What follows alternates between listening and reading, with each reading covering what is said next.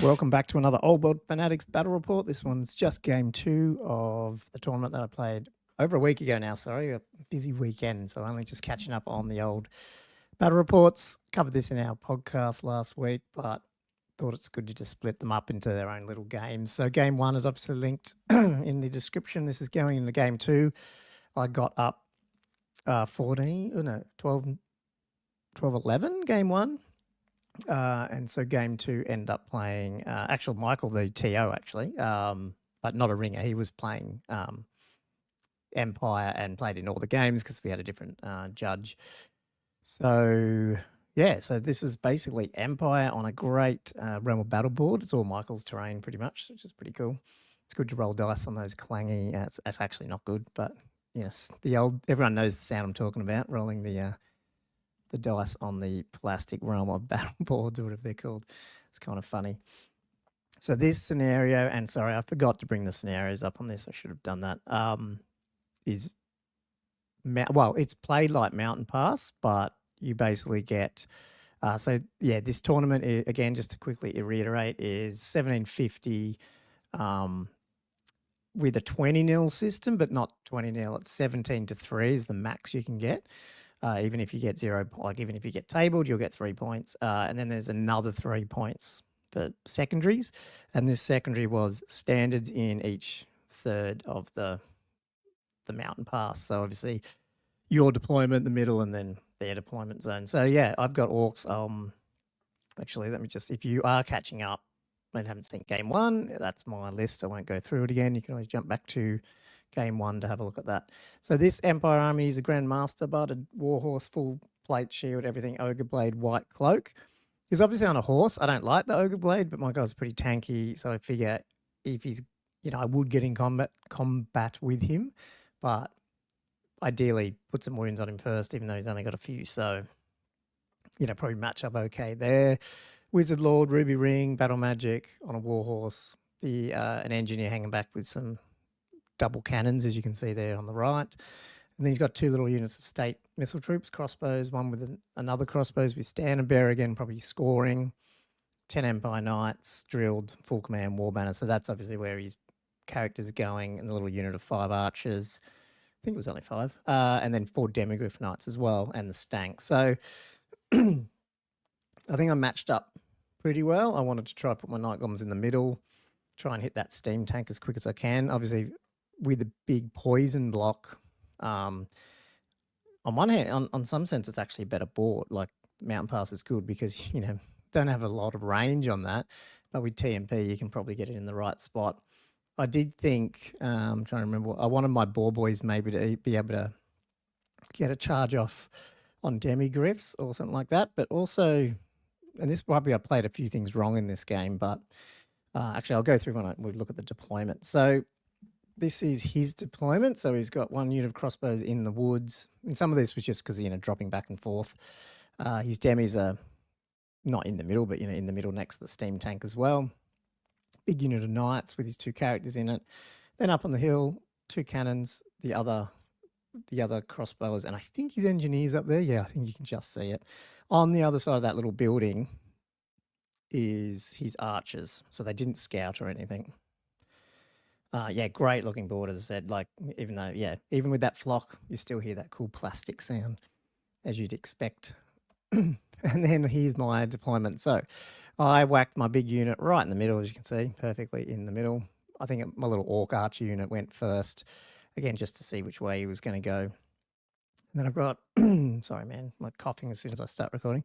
Andrew and Josh, the 2 giants on either side of the building, because I sort of wanted to, my plan was to go at one flank with them, but also the option to be, to lend their hand where they need. And then my Wyvern's just staying away from the cannon turn 1 in case he rolls that up. I put my Black Orcs 4x3 in the forest. Actually liked what I did with them. When they got shot with a cannon down the track, you see they actually lose more people. So I'm dumb. I probably should have spread them out a little bit, but that's cool.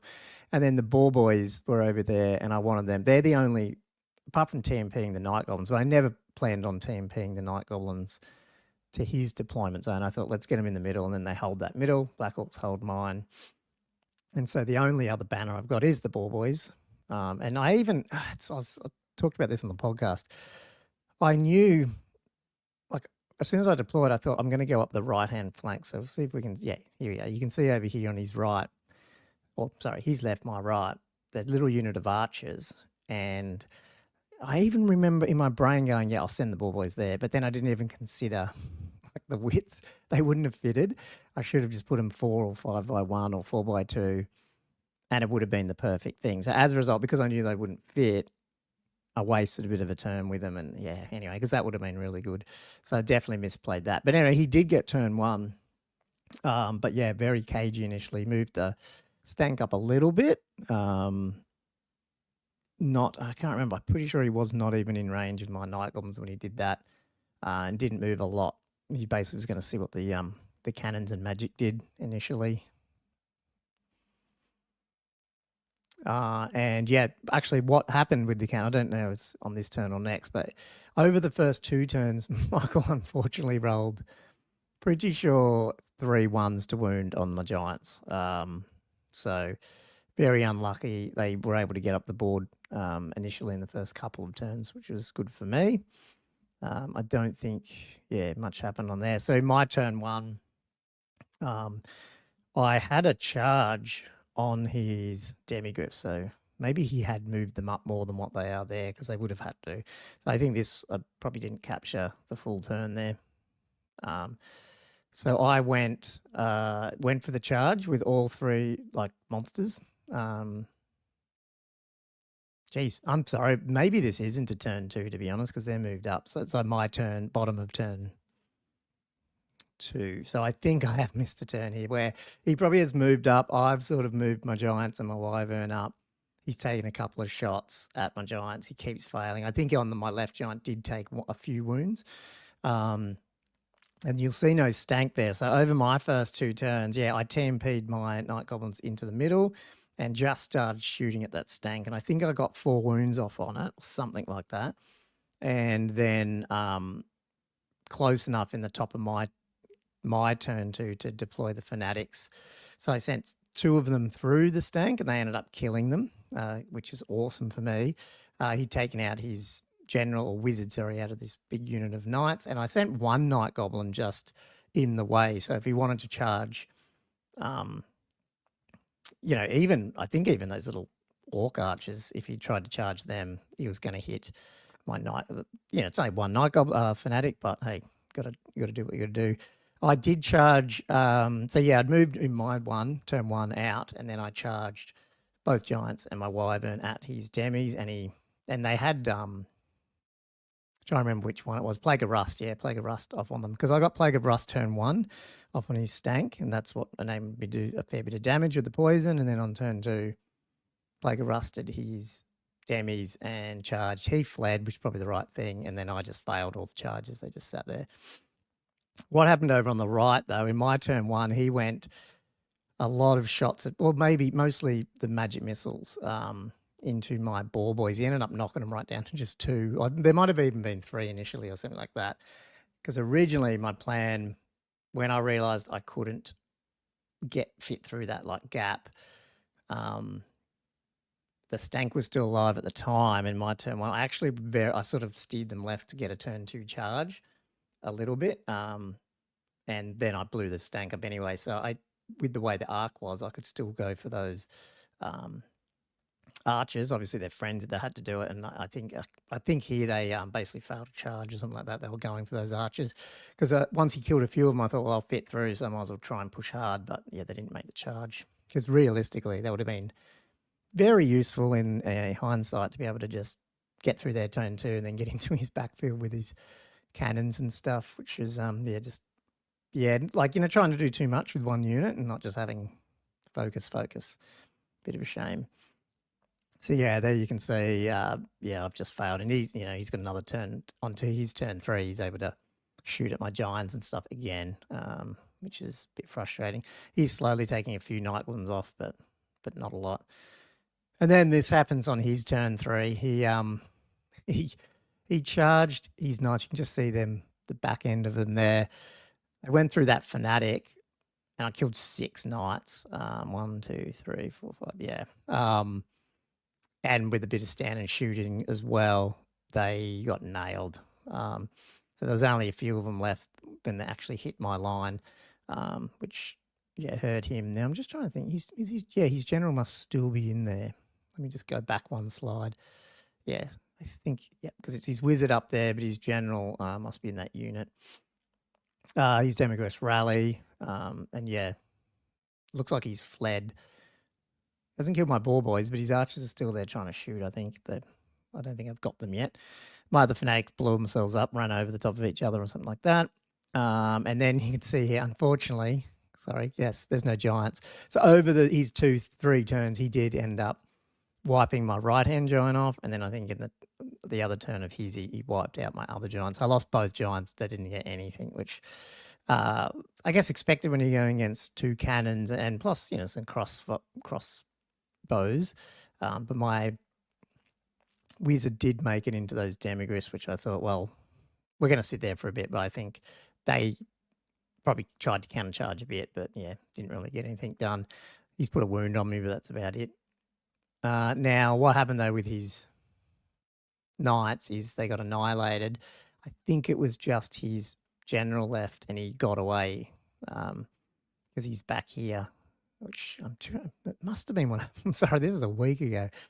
So I think he fled and I can't even remember if I tried to follow up, to be honest. I think I might not have. I probably restrained to just sit back because I just wanted to sit back and keep the center. My ball boys ended up getting shot off, probably a combination of magic missiles and the little archers. And his generals moved back now to sort of support his Demigorgon. I've killed one. And then I do start, I think it's this one where I start moving my Night Goblins enough to just get in range of a cannon and I start shooting that. So I'm not sure if that's that turn or next, but I do take out a cannon. You can see I'm eating through. He's got his general in combat now with my Wyvern, and I think there's one Demigorgon left maybe, so I've been eating through them. But you can really see up there, so this is getting late, like turn 4 or 5, something like that, and his cannons are still alive. So I really should have pushed those ball boys harder. I think, I think they could have just, better deployment. I probably would have got through there quicker. This is where I TMP my Night Goblins up, still staying in that zone, so I got it, and poison off one of his cannons because I'm just, he started shooting at my ball boy. Black Orcs took out like 3 at a time. Well, actually 6 because both hit, went right through, wiped him out. You can see he's put, I've got 3 wounds left. He's got 1 Ogre Blade through on me and he's got, I think he's counting up. So he's, I've put 1 wound on him. He's, rolling actually pretty well with his 5-up ward and whatever. I think it's a ward. But now it's just down to me and him basically. I give ground, and you can see here, very scarily, he gets me down to 1 wound, and I get him down to 1 wound, which is crazy. And that is actually where it ended up.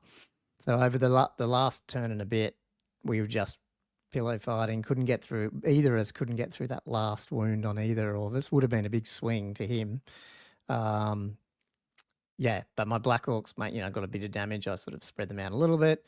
I had my Night Goblins here, so I got 2 of the 3 objective things, quarters, thirds, whatever you want to call it. But he didn't get my general. So it was a good game. I ended up getting 14-6 win, which is, I think it was 14-9, win. Just looking at the score here on the side. 14-9 win. I felt, like I said, I think that my army matched up well against his, even though he's got armor. I've got Plague of Rust. The large targets, well, the cat with the stank at least is bad for him. And my combat between ball boys and my giants and Wyvern, I can deal with Demigorgon and knights. It's just I really think I misplayed some of the deployment initially. I guess with the 2 cannons, maybe I should have been a bit hedgier initially to what I probably should have done. And I even talked about initially was trying to maybe, I don't even know if I could have, but tried to, hide one large target behind another one. So at least he can't try, if he did he'd have to take out one at a time. So that could have been something that I played better, I think. Let me know. But definitely those ball boys. I mean, there really shouldn't have been an excuse. I should have I did even keep them pretty last, I think, but for some reason I just didn't move them off the movement tray. And I realised that as soon as we opened up the game, and I was just like, man, if I'd moved them out to the right more, had them fall, they would have got one turn of shooting. And yeah, killed a few, but they would have just gone straight through that little unit of archers. Because, I can dictate their skirmishes, so as long as I'm pointed up there, he can't make me go off the board. I would have just gone straight ahead and, got up here would have caused a lot more havoc, put it that way. And then maybe that would have saved my giants a little bit. Because if the giants had made it into, say, the crossbows, which probably maybe would have been a better thing as well, like send one in there and then not all of them at the demi. So that was my other issue, just doing a long bomb charge with all three of them. So I just put them in a really bad position. But it didn't kill me. That was one of those things where you learn that maybe, have a bit more of a think, I guess, is what I'm sort of critiquing myself there. Let me know what other brain dead things if you saw that I did. But anyway, I did get 2 wins. So I was pretty stoked after this game. I do know Michael probably got a bit frustrated with his rolling ones to wound and stuff. He had some pretty bad dice rolls. That Giants probably would have died a lot earlier, even though they end up dying anyway. But obviously he's having to waste shots without hitting my general and things like that. So it could have swung easily the other way, definitely. I think the Night Goblins probably would have survived long term. There's a lot of bodies there, but yeah. But anyway, I was two zip on the 3 games. So at this point, so I was very happy, especially after the last game with Exiles. I'm up now. I can worst case finish 2-1. To me, that's pretty good actually. So I was happy to go into game 3. With that record. So anyway, I'll get game 3 out nice and quick, and hope you enjoyed it, and I'll see you on the next one.